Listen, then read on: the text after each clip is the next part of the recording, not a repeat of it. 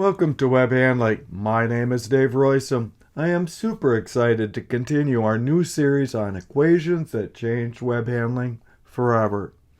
In this short video, I explain most everything you need to know about product process design as it relates to laminator curl. No worries, kiddos. I'm going to make this as painless as possible. Those who follow my work already know that a wrinkle is not a wrinkle is not a wrinkle.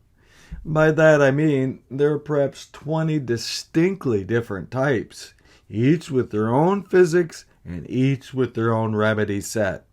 You must first define the type that you are working on in order to get the correct remedy set. The same principle holds for other defects, including curl. While the outcome may seem superficially similar, how the web got curled is completely different, and the treatments of each type are totally different. The most common types are sided disinforming, coating on one side, lamination, roll set, and gyro. We will only consider laminator curl here. Laminator curl is one of the easiest equations to understand.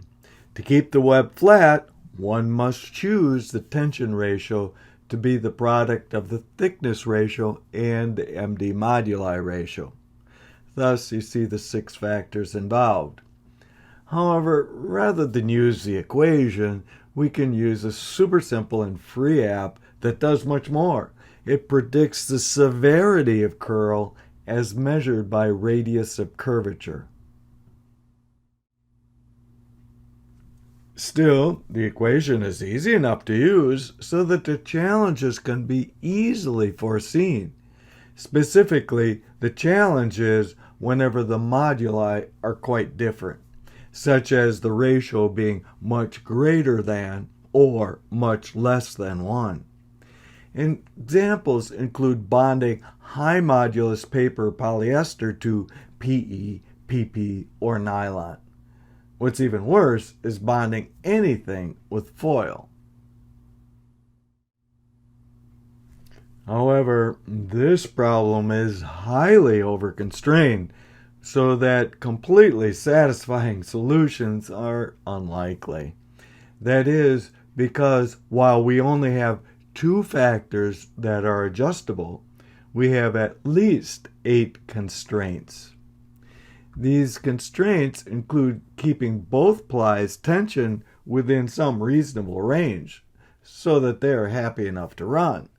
But the control system may also go out of range for either ply, especially when the moduli ratio is much bigger than or much smaller than 1.